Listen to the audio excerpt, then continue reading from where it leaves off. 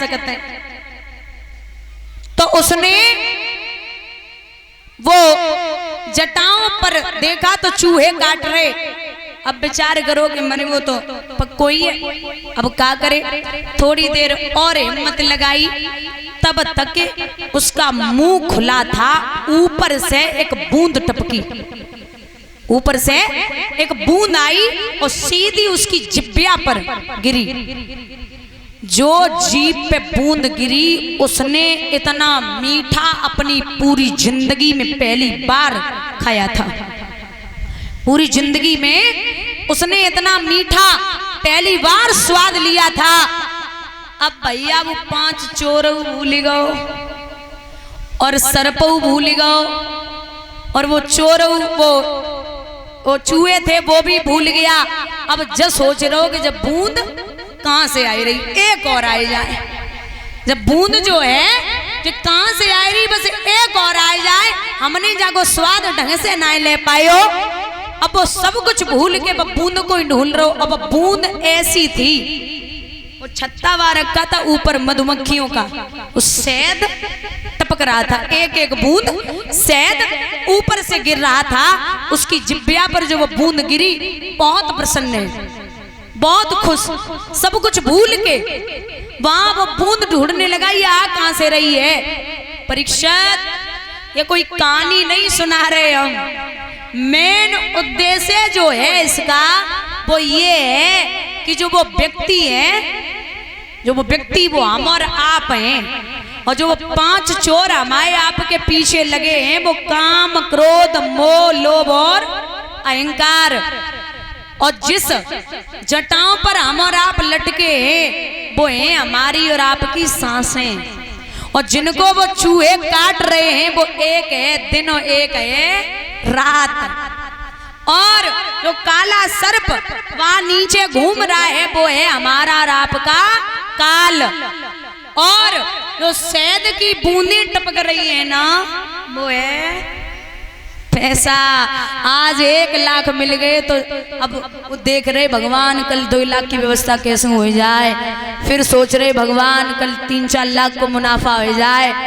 इतना मीठा स्वाद लग चुका हमें और आपको पैसों का कि सब कुछ भूल के बैठे हो। बोलिए गोविंद भगवान की। दादा मैया केकई ने कहा है कि तापस भेष विशेष उदासी, और 14 वर्ष राम बना बेहोश हो गए। जब होश आयो तो जवाब दो, अरे देवी तुम ये क्या कर रही हो?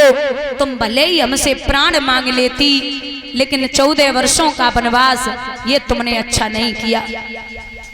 बेचैन है वो राजा दशरथ, रो रहे, लेकिन मैया केकई ने जवाब दियो, नाथ प्रात हो तो मुनि भेष धर, जो न राम बन जाए मोर मरन और अस जरन नप सोचो मन माए।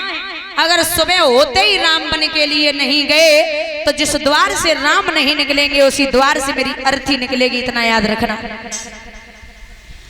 बेहोश हो गए राजा दशरथ। राम ने सुना तो राम बड़े प्रसन्न हुए। मैया सीता बोली कि हे प्रभु हमें भी ले चलो। राम बोले तुम क्या करोगी? जाके यहीं रहो, माता पिता की सेवा करना, मैं 14 वर्षों के बाद में लौट के आऊंगा।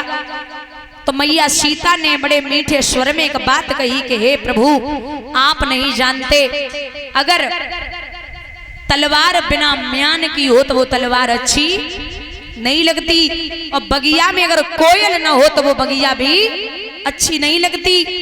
और कहते हैं कि अगर पत्नी के पास पति न हो और पत्नी बिना पति के हो तो वो पत्नी भी अच्छी नहीं लगती। हमें ले चलो। राम बोले अगर नहीं मान रही हो तो चलो। सीता को लिया तो लक्ष्मण बोले भैया हमें ले चलो। राम बोले पागल हो, अरे यहीं रहो, माता पिता की सेवा करना।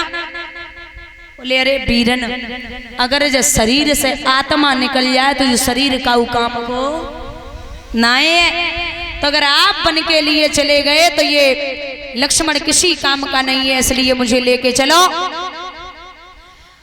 वहां लक्ष्मण भी तैयार हुए। राजा दशरथ को जरा सो होश आयो तो जवाब दियो है कि बोले थे बात एक ही की तो और सिधारे जाते हैं, क्यों नहीं जा रहा प्राण मेरा जब प्राण न प्यारे जाते हैं।